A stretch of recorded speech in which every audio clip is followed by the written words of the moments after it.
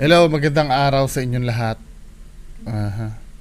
Ngayon ko lang na-on tong ah, yan.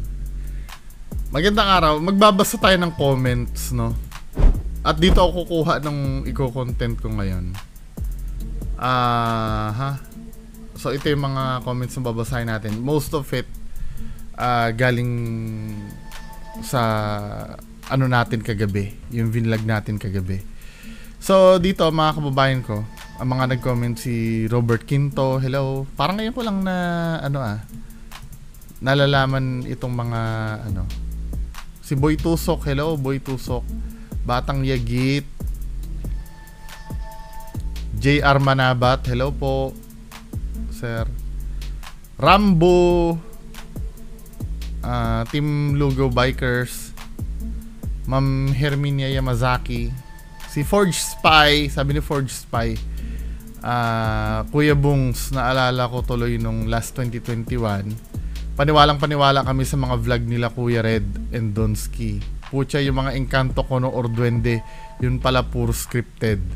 Dati sobrang hanga ako sa kanila, pero napagtanto ko lahat ng vids and other vids nila medyo napapansin ko sobrang corny na. And yung reaction nila sobrang corny.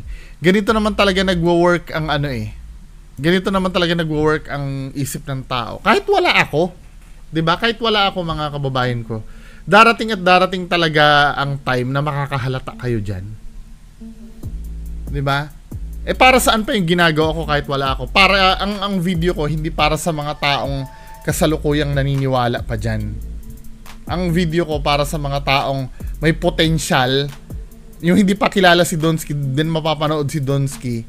At the same time, mapapanood ako, mababalance sila kung totoo ba o hindi.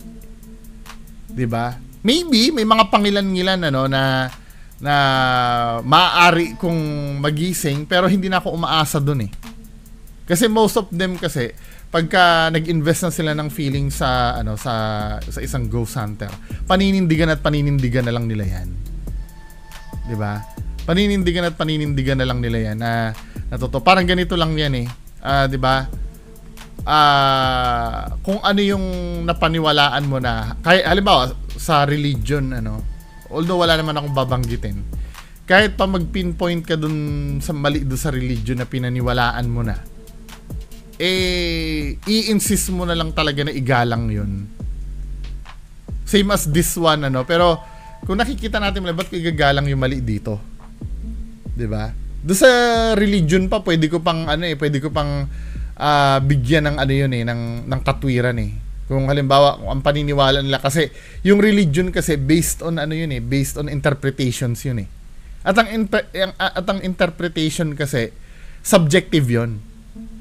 Yung pinagtatalunan kasi natin dito sa mga videos ng Ghost Hunter hindi naman subjective, objective. Kailangan ko pa bang i-discuss na naman yung difference ng subjective at objective? Ang mga subjective, base 'yon kung ano yung paniniwala natin. 'Di ba? Ang mga objective, yun ang katotohanan na hindi mo pwedeng tutulan. 'Di ba? For example, ano bang madalas kong ginagawa example sa subjective or objective? Pag subjective, halimbawa, sa akin, ang pinakamasarap na luto ay luto ng nanay ko. Sa akin 'yon, 'di ba? Wala nang ibang sasarap pa sa luto ng nanay ko. 'Yun ay subjective. Kasi sa akin 'yun eh. Mamaya pag ikaw tinikman mo yung luto ng nanay ko, sasabihin mo, hindi masarap, sobrang alat. 'Di ba? Or hindi masarap, matabang. Pero sa akin, yun, sarap na sarap ako doon kasi yun ang kinalakihan ko eh. O halimbawa, ang pinakamagandang lugar para sa akin ay Mindoro. Kasi sa Mindoro ako lumaki eh. Yun ang pinakamagandang lugar para sa akin. Kasi at home ako doon sa lugar na yun eh. Kayo, syempre pag pumunta, ano ba naman dito sa lugar nyo, walang kuryente, hindi hindi masarap dito sa lugar na to, di ba? Yun ang subjective, nagbabase yon kung ano yung point of view mo. However, ang objective kasi, mga kababayan ko, ito yung mga bagay na hindi mo pwedeng tutulan. Ano-ano ito mga to? Ang apoy ay mainit. 'Di ba? O sino sa inyong tututol na ang apoy ay mainit? Hindi mo pwedeng sabihin, ay hindi, para sa akin ang apoy ay malamig. No, hindi pwede. Mainit talaga ang apoy. O ano pa ba yung mga objective na pwede nating ano? Ang suka ay maasim. Maasim talaga suka. Kahit saan tayo makapunta, kahit saan korte nyo dalhin yan, maasim talaga ang suka. Diba? Hindi mo pwede sa akin, para sa akin maalat ang suka. Hindi pwede yun. Diba? Yun ang tinatawag na objective. Parang dito sa video nila, kapag sinabi ko nagsinungaling si Donsky nung sinabi niya na hindi niya sinabing ghost yung black lady niya. Sinabi niya ang black lady at ang definition ng black lady ghost. Tapos sasabihin niya hindi niya sinabing ghost. Sinungaling siya o hindi? Hindi mo naman pwede sabihin na para sa akin ang sinabi ni Donsky. Hindi pwede. May pinagbabasihan tayo eh. Pati yung yung iyak nung niya, yung video niya na kinuha niya lang sa YouTube, yung sound effect ng iyak. Na trace natin, 'di ba, na fake. Hindi niyo pwedeng tutulan 'yon. 'Di ba? Yun ang tinatawag na objective, yung mga napupunan natin na gano'n na bagay. Kasi hindi mo pwedeng, para sa akin, legit siya. O ano yung mga batayan mo na naging legit yan? Solid ba yan? Or dahil idol mo lang siya kaya naging legit? Hindi pwede yun. Examine natin yung video. Kung legit ba o hindi. Sasabihin na, ano naman ang pakialam mo? Kung legit o hindi, basta kami nag-i-enjoy. Gago! Ang dami nauuto. Misinformation ang kinakalat niya eh. Tapos sabi mo, ano naman ngayon kung ano? Tanga? Mentality ng bobo ganyan eh, no? Diba? Kaya ito mga kababayan ko, yung katulad nito sinabi ni Forge Spy, darating kasi ang time na maiisip nyo talaga, hindi pwedeng hindi. Diyan nagsisimula na mag-decline ang popularity nila pag lahat ng mga nila nakakahalata ng fake. At yung yung mga sinasabi nyo dito, no? Yung mga naniwala before at nagising ngayon, hindi kayo tanga. May nagsasabi kasi diyan tanga kami dati. No.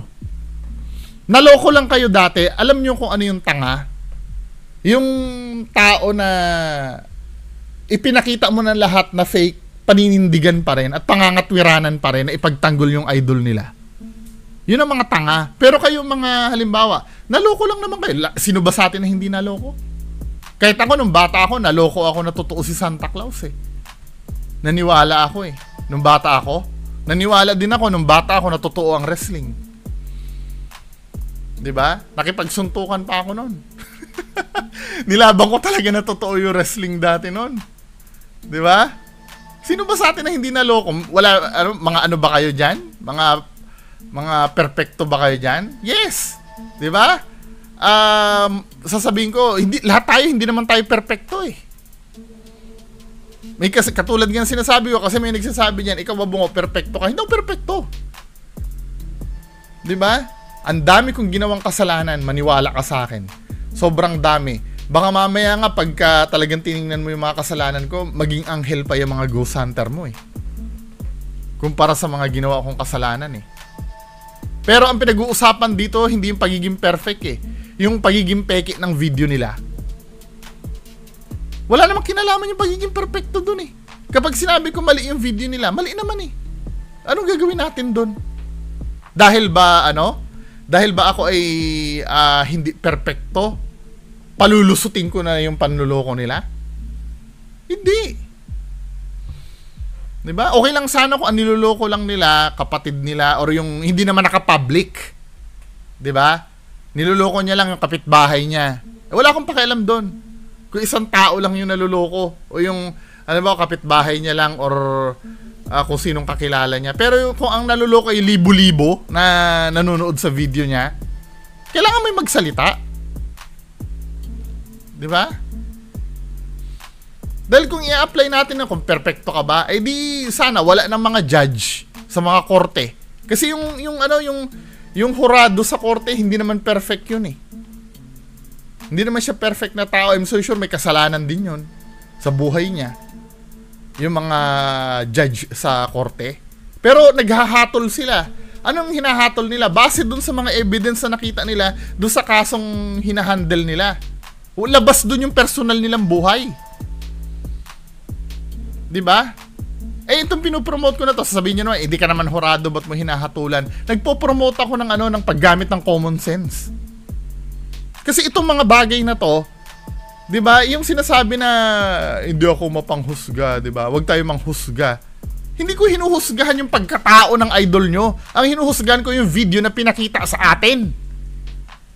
Diba? Yung video ang pinag-uusapan dito, hindi yung pagkatao ng idol nyo. Let's say halimbawa si Donsky, matulungin yan, may mga videos naman siya na tumutulong eh. I don't give a fuck kung matulungin niyang idol nyo. Wala akong pakialam doon. Gawin niya yon. Saludo ako doon kung naging matulungin siya. Pero doon sa video niya, fake. Walang kinalaman yung sa pagkatao ng kahit na sino yung paggawa ng video na fake. Well, kinda, no? Kasi kung pipilitin mo na totoo yung video mo, sinungaling ka talaga. Yung pagkatao mo sinungaling. Pero ang main goal ng criticism kasi yung video eh. 'Di ba? Paulit-ulit kasi tayo diyan eh. Yung sinasabi, pumunta ka doon. Come on, man. Ano ba, man? Hindi naman yung lugar may problema, yung video. Dami ko napanood mga ghost hunters sa kanila. Ang daming paramdam samantalang ng ibang ghost hunter. Wala naman sila na-encounter na mga kakaiba. Sa kanila puro nagpapakita, Diyos mio, sana all nagpapakita at nagpaparamdam. Mga buwisit naman luloko yan, kapal din ng pagmumukha para sabihin na legit sila. Puro naman paawa effect. Ulol, wala kayong maluloko. Pwera sa mga tanga at mahina ang kokote na di pa nagigising sa mga kalokohan nila. Tama to. 'Di ba? Alam nyo ba yung ginagawa nila hindi nakakaapekto? Alam nyo ba? Akala nyo ba hindi nakakaapekto? Kasi yan ang sinasabi eh. Fake man yun, hindi. Ang importante, nag-i-enjoy kami. Gago. Alam mo ang sinisira nila? Alam mo yung mga nagpapaka-legit na ghost hunter katulad nila Sir I.M. Reverie, nila Cebu Ghost Hunter PH, sila Hunted PH. Pinipilit nilang bigyan ng katarungan yung ghost hunting community dito sa Pilipinas. Kapag kukonsintihin nyo yan, yung mga manluloko na yan, wala nang maniniwala. Kahit kay Sir Ed Calawag, wala na rin maniniwala dahil magiging isang branding na lang lahat yan. Kasi wala nang linya between peke at legit eh. Kaya nga may nagtatanong sa akin eh, sino pa po ba ang natitirang legit na ghost hunter? Kasi hindi na talaga alam kung sino talaga legit dahil patuloy yung tinatangkilik yung mga yan. Well, kalayaan yung tangkilikin yan, Pero bigyan nyo ng katotohanan. Kung tatangkilikin, hindi naman pinapatigil yan eh. Kung kayo ay tinatangkilik nyo yan, kahit alam nyong fake, abay sabihin nyo sa idol nyo, aminin na fake yan, para malinaw. Kasi kapag fake yan, ginagawa, iisa ang label nila eh, Ghost Hunter.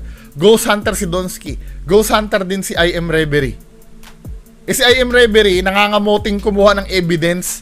Hirap na hirap silang kumuha ng evidence. Tapos itong Donsky nyo na peke, kayang-kayang kumuha ng evidence ng ilang segundo. Kada episode may nagpapakita. Si Kuya Red. Tahamantalang sila Sir I.M. Reverie, bumili na ng mamahaling equipment, bumili na ng mga gadgets, wala pa rin ma-produce na malinaw na multo. Nagigets nyo ba? Tapos, kukonsintihin nyo yung mga yan? Na panindigan na totoo yung ginagawa nila, kayo alam na alam yung peke. Kayo naman. Dapat nga kakampi ko kayo eh. Hindi ko naman napakikialaman niya kung sasabihin nila na yung ginagawa namin ay for entertainment lamang po. O di, bahala kayo na sa buhay nyo. Hindi ko napakikialaman. Pero as long as na antitigas ng mukha na sinasabing totoo yung ginagawa nila, wala kayong magagawa sa akin. Paninindigan ko talaga yung sinasabi ko. Diba?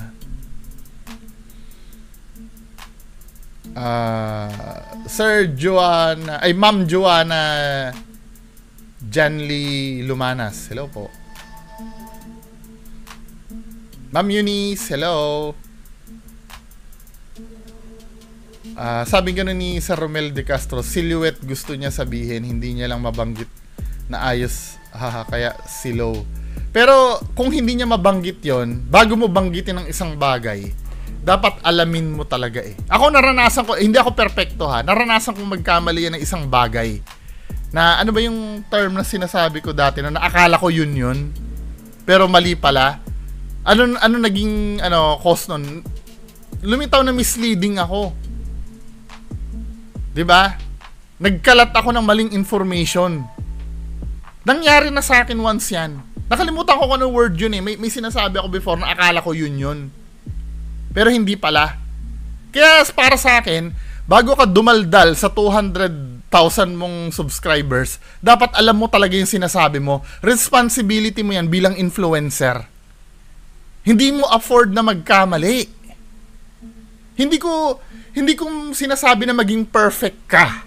Kasi wala naman talagang perfectong tao eh. Wala akong pakialam kung Bisaya ka, kung mali ang pronunciation mo. Kung pronunciation kasi, wala namang problema dun eh. May intindihan ko yon. Yun nga sinasabi ni Boy Balod na pick video. Alam ko, ibig sabihin ni Boy Balod, fake. Diba? Kaya lang, ang sabi niya, pick. Wala akong magagawa, Bisaya siya eh. Wala namang masama dun eh. Pero yung ipipilit yung silo, sinabi niya silo, tapos kayo pa ang nagja-justify na silhouette ang gusto niyang sabihin, malayo naman. Ibig sabihin, hindi niya lang talaga alam yung sinasabi niya. Kasi kung alam niya yung sinasabi niya, sasabihin niya yan kahit mali ang accent. 'Di ba? May ganyan na nag-comment eh. Hello Lawrence Candia, hello. Ma'am Nancy Razonable, Sir Oms, Dennis Balyete, hello. Sir Mendoza, hello. Nice Mendoza, legendary daw. Sabi ng Potek, hindi nga yan nagsusolo sa Diplomat. Saka sa mga legit na hunted talaga ni isa video, wala. Ito. Si Ma'am Grace Banto. Sir, kasi nabanggit ko si Ghost 23. Abing gano'n ni Ma'am Grace Banto. Sir B, iba si Ghost 23 at iba rin si Black Ghost 23 na kasama si Donsky. Matagal na di nag-explore si Ghost 23. Ang latest ni Ghost 23 kasama si Noriel. Sorry Sir B, just to clear up names. Sabi kong gano'n kay Ma'am kasi, sorry po, si Ghost 23 na make it din kasama ni Creepy Ghost 03 later. Later na lang siya nagpaka-legit katulad ni Jenic. Inano ko yung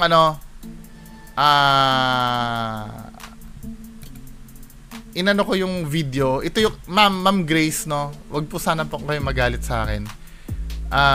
Na-make din po si Ghost 23 noon. Alam ko mabait to si Ghost 23. Nakausap ko to. Na-congratulate ko nga to nung nung napasama sa Nook Staff 5 yung video niya eh. Pero dito sa video na to, fake to. Sobrang napaka-legit yung area na to. Tama, sobrang napaka-legit daw yung area na to, sabi ni Ghost 23. 'Di ba? Hindi ko lang masyadong kinokontento kasi ito mabait. Nakausap ko na pareha silang dalawa ni Sir Jenny Creepy TV na mabait talaga. Kaya nga si Henry Ghost mabait din sa akin si Henry Ghost. Alam niyo yun ang kahinaan ko. Pag yung mga tao kahit na na-reactan mo yung video tapos mabait sa akin, mabait ang pakikitungo sa akin, hindi ko kayang awayin, no? 'Di ba? Si Jenic sobrang bait. Ito mabait din to si Ghost 23. Si Real Ghost nung bumait naman sa akin, hindi ko na rin nakayang tirahin si Real Ghost, 'di ba? So yan guys, hindi tayo nag-iisa, kasama natin si idol ninyo, Idol Donsky Ghost TV. Ayan. Ayun guys to. Ito kasi mayabang to. Ito yung mga masarap masarap i-booking lalo eh. Lahat ng mga nag-message sa akin, lahat ng mga nag-request, nag-PM, nag-comment sa YouTube na i-collab ko si Ghost23. Andito na guys, granted na yung mga hiling nyo sa akin. At magkukulab kami dito sa lupa ng Madrid kung saan meron at meron talaga nagpaparamdam dito. Super legit to guys. At hindi lang nagpaparamdam guys, mismong nagpapakita talaga. Kaya abangan dito mo mahalatang peke ito pag alam niya na agad yung mangyayari. Alam niya na agad na may magpaparamdam then bigla may magpapakita talaga. 'Di ba? Supposed to be, if legit ka na ghost hunter, sasabihin mo diyan, tingnan nga po natin kung totoo yung sinasabi nila. Ito parang alam niya na agad ang mangyayari At nihiling ko po lahat dyan ng mga Dudes Kinetics. Please guys, yung mga hindi pa nakasubscribe kay Ghost23, please ako na po nag-isuyo sa inyo. Please guys, subscribe your channel and hit the notification bell para lagi kayo updated sa mga creepy na yung mga video. Malakas siya nun, ano? Talagang kung sino yung mga pinapasubscribe niya, talagang dumadami yung subscribers. I love you. Guys, ang bait ni Idol Dongski, no? 27, babalik. Ito budol din to. Ito yung may batang tinulungan, di ba? May nagsumbong sa akin tungkol dito. Yung may tinutulungan na bata, na kapitbahay lang pala nila. Ang collaboration namin ni Idol Dongski Ghost TV. So yan lang mga idol, maraming salamat. So, hindi ko na ito pahabay. Tingnan natin yung yung evidence sa mga capture nila. Kasi lugar ni Creepy Ghost to ni Creepy Ghost Budol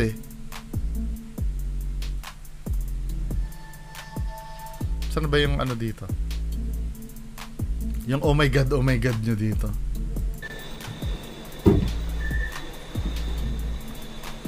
Yung mga nagpauso ng mga oh my god dito. Oh my god. Dito ko sa labas. Sige bro, iwan mo kami dito. Oh, sige bro.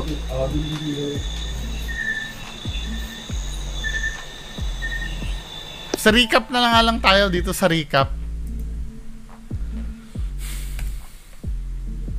Dito sa recap na to, ay may dog ang cute ng dog.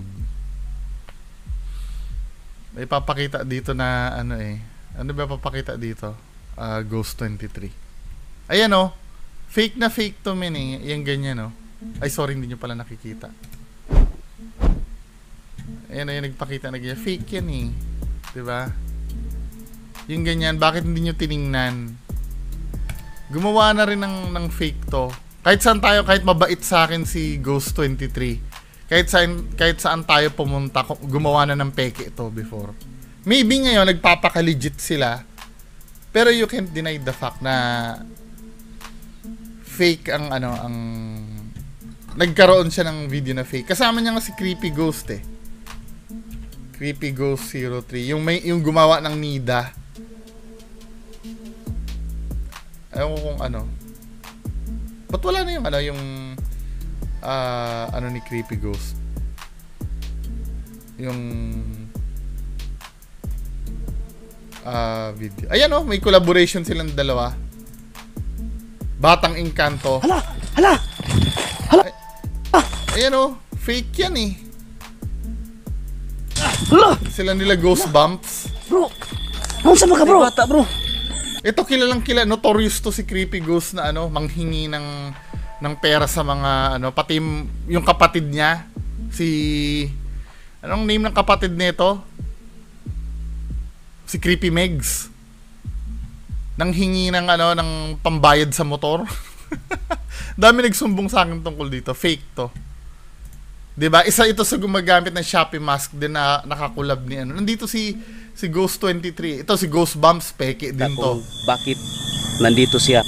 Ang gabi sa inyong lahat dyan. Si Creepy Budol. Purpose namin inspected yung may kami na 'di ba? Yan yung may Nida. Ang dami na loko nung Nida na yun Anyway, pagpatuloy na natin tong Pero mabait yun si si Ghost23. Wala naman ako masamang tinapay doon.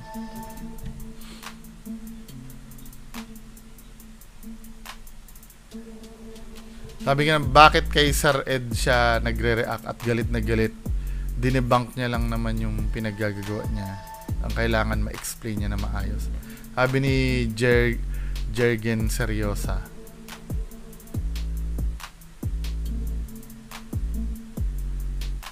Hello, Astral Boy.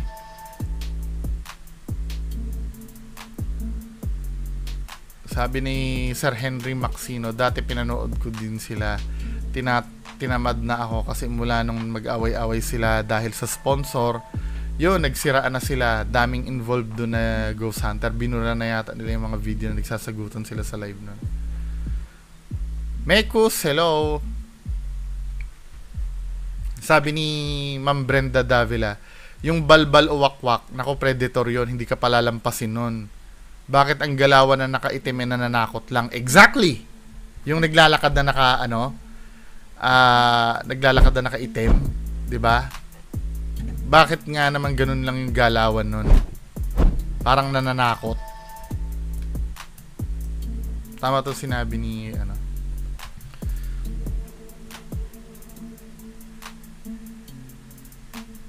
si Sir Francis Mark Cabara.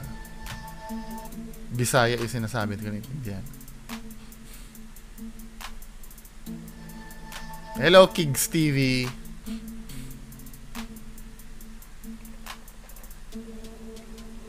Sabi ni Dasal Lapero, nag-away-away yan sila Donsky at mga kapwa Ghost Hunter. Sabi, ayaw nila ng scripted, tapos gagawin din pala nila. Kasi honestly, halata naman na gawa lang mga ghost nila.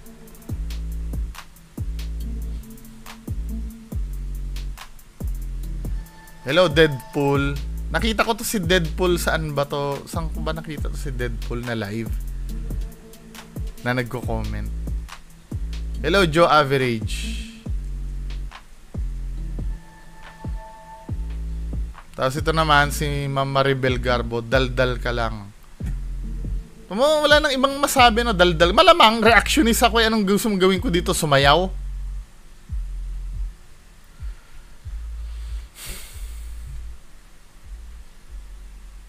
Oo, nagawa ko na reaction si Beams Ghost TV.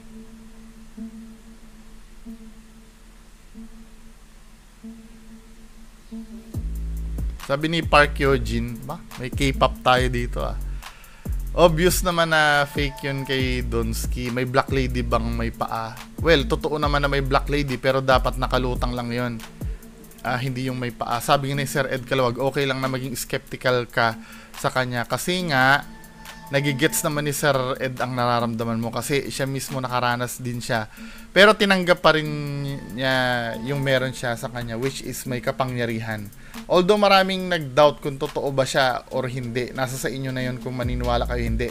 Wala naman siya sinabi na maniwala kayo sa akin kahit sabihin niya pa yun, di rin tayo or kayo maniniwala sa kanya. Kasi nga siya lang ang nakakita habang tayo hindi. Ikaw bagso makakita, makakaya mo kayang harapin? Sabi ni Park Yojin. Hello, Joe Karim Chill TV.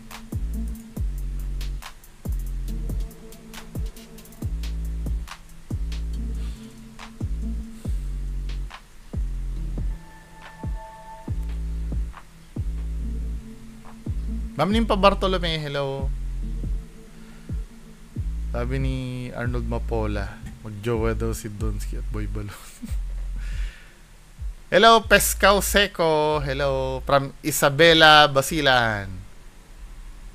Joben TV.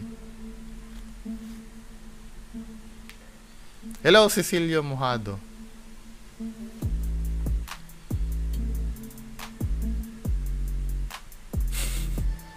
Mary Ann Nunez, hello. Hindi ko na binabasa to na butas-butas sa mukha ni Donsky Kasi ito, dito nyo ako birahin pagka ang pinupuna ko kila Donsky, butas-butas ang mukha, ganyan-ganyan, di ba? Pero binasa ko na Hindi, example lang po yan. Hindi ko naman doon lang ako sa video. Hello, Ma'am Kat Mendoza.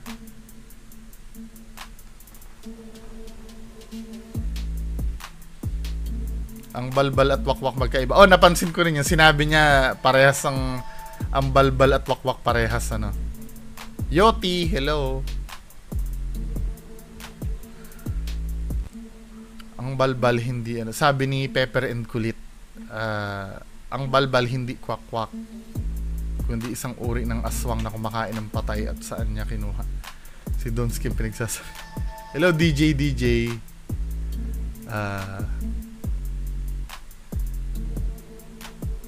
Hello Renz Short.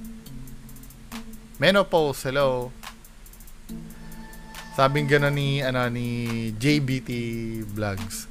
Boy ngongo, ba't mo pa dinadamay si Sir? Hindi ako nagdamay sa kanya. Si Sir Ed Kalawag ang tumawag sa akin, tanga. Hindi ka nakikinig ng vlog. Diba? Sino ba ako para idamay ko pa si Sir Ed Kalawag? Di ba talaga ang mentality ng mga fans ni Donsky? Di ba? Hindi ko dinadamay. Tamo. Boy ngongo daw ako. Hindi ko dinadamay si Sir Ed Kalawag. Si Sir Ed Kalawag yung tumawag sa akin. Kay Sir Ed Kalawag, saludo po ako. Pero sa'yo, boy ngongo. Saludo ka pala di ba supporter ka nila Kuya Red at Dongs ni Donsky? Pinapaburan mo yung sa idol mo. Sabi ni Irene Oleada, pakiko sa problema nyo. At least nag-comment ka, ma'am, di ba? Ito yung yung sinasabi ko kanina pa. Sabi nga ng silhouette po talaga ang tinutukoy ni Sir Donsky, Sir Bungo. Iba kasi ang pronunciation niya, Bisaya kasi. Parang ganito yan. Silhouette. Malayo po kasi, ma'am eh. Ma'am, word mismo yung mali. Word yung malay natin may pagkabulol siya kaya hindi niya nasama yung wet na letter. Hindi pwede. Kahit bulol ka, kukumpletuhin mo pa rin yun eh. Silo lang yung sinabi niya. Ibig sabihin, hindi niya alam yung sinasabi niya. Kung hindi niya alam sabihin kung kung nabubulol siya, dapat sinasabi niya pa rin. Tapos, sorry nabubulol ako, hindi ko alam kung paano i-pronounce eh. Okay yun, may intindihan ko yun. Pero yung mag-iimbento ka ng isang salita na hindi mo alam. 'Di ba? Hindi to, wag niyo ipilit, sir or ma'am. Wag niyo ipilit na na Bisaya kasi si Sir Donsky. Ang dami kong kilalang Bisaya na nagsasalita ng diretso kahit na yung accent, Bisaya ang accent. May intindihan ko po 'yun. Wag po kayong mag-alala. Kahit na pero wag yung ipipilit na silhouette ang sinabi ni Donsky. Or kung silhouette man ang ibig niyang sabihin at shilo lang ang nasabi niya, ibig sabihin hindi niya alam yung sinasabi niya. 'Di ba? Hindi niya alam ang sinasabi niya. Yun ang ibig sabihin nun. Alam ko po ang limitation ng pagsasalita ng mga kapatid nating Bisaya. Wala po akong problema doon. Pero yung ilulusot natin na Bisaya kasi kaya ganito ang nasabi. Ang layo eh. Pwede kong sabihin ni Donsky, silhouette. Okay lang yun. Silhouette. Kahit silhouette. Sabi niya silhouette or silhouette. Basta,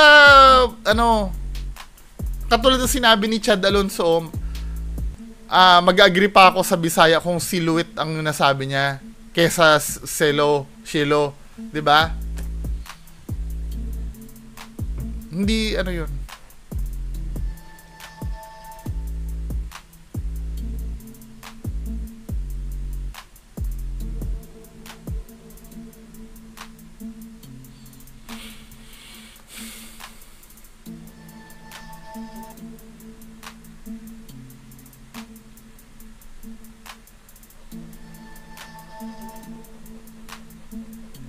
Sino pa ba nandito?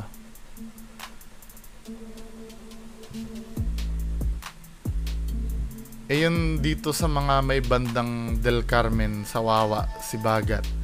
Yung tulay doon, sabi mo may multo. Sino nagsabi nun? Pakisend nga sa akin yung link neto.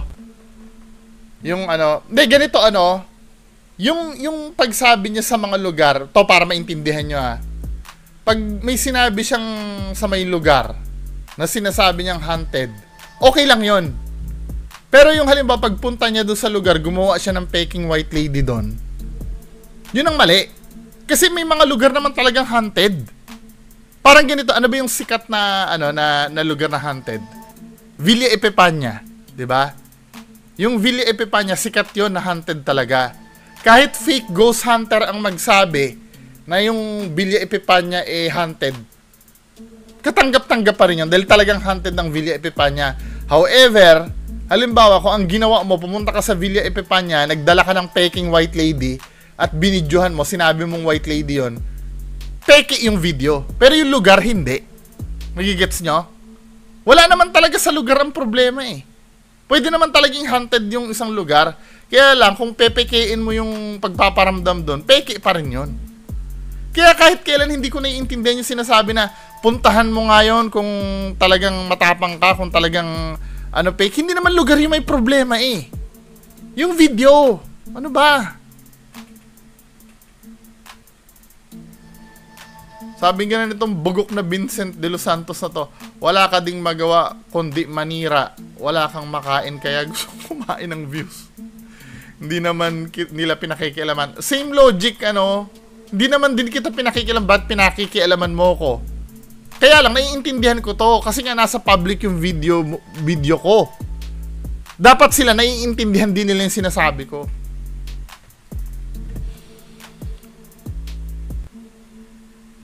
Hello, Georgino Celestial. Aha. Christian Barbon, hello. Barako family, hello.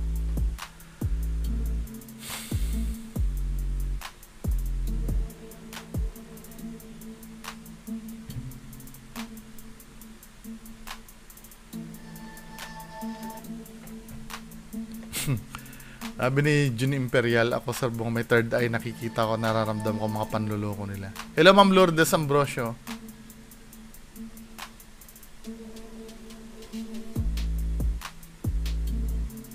Hello Dexter Solero.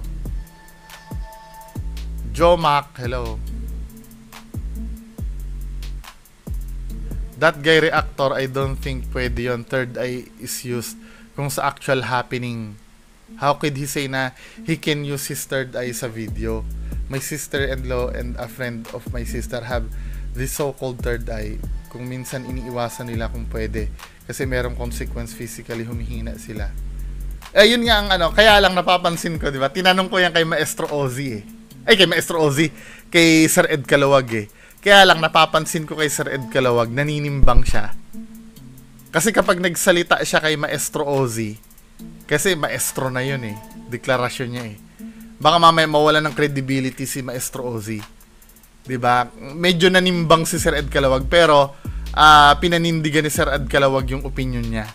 Na sinabi niya na kailangan talaga nandoon ka. Kasi ilang beses kong pinakonfirm kay Sir Ed Calawag yun eh. Hindi niya talaga madiretso eh. Kasi siguro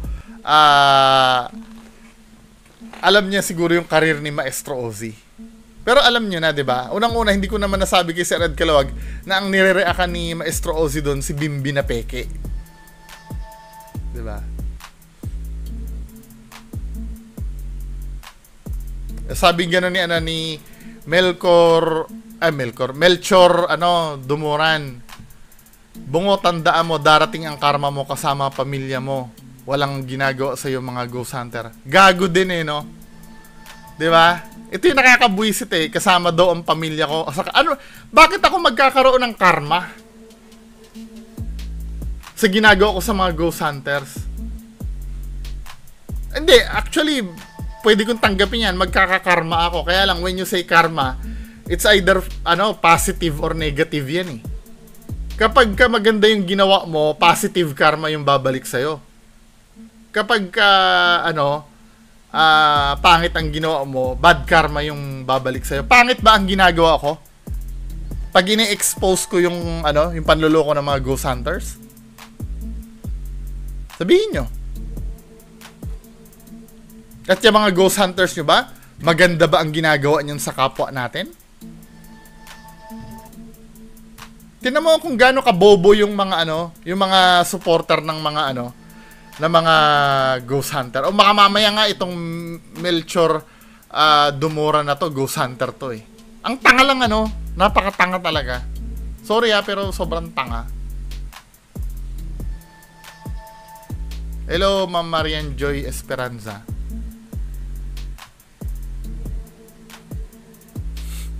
Hello, Ma'am Mavi Mavs.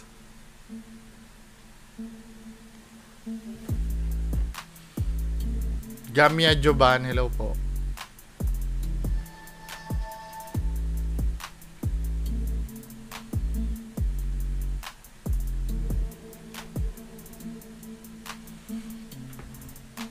Ito, tinamad na ako mag-reply dito sabi ganun ni Ma'am Lorna Lawig.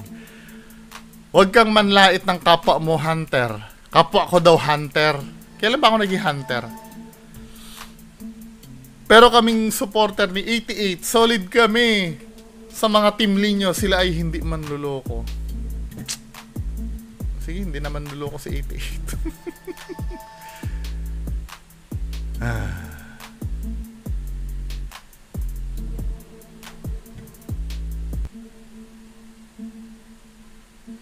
Sabi ni Last First, kaya nawala ng gana ang mga legit na ghost hunter. Like yung idol ko si Baron the Ghost Hunter. Yun ang nagpasimula ng ghost hunting channel dito sa Pinas. Tapos marami nang sumunod. Ang nakakalungkot, dumating ang mga taga Visayas at Mindanao ghost hunters. Karamihan dyan puro peke. Puro pamemeke. Nalungkot si Baron kasi maraming tao ang naluloko ng mga yan. Kaya ayun, umalis na lang si Sir Baron sa Oo, totoo to. See? Yan ba yung sinasabi nyo na walang ginagawa yung mga yung industriya ng ghost hunting kasi dito sa atin, nakukontaminate. Di ba? Yung pag-ghost hunting kasi, hindi masama yun Pero dahil dito sa mga sa mga budol na ghost hunters na to, tinan mo nangyayari. Di ba? Kasi ang pinakabida ngayon, yung gumagawa ng peke Dahil sila yung bida, sila yung nagiging pamantayan ng ghost hunting. Kaya tuloy, halimbawa, yan sila Sir Baron, lalabas, pag kinumpara mo yung video ng mga peking ghost hunter sa video ni Sir Baron, ang lalabas doon, si Sir Baron pa yung peke kasi walang nakikita. Kasi naging standard ng mga tao, palaging may nakikita sa video. Hello, Nuki16.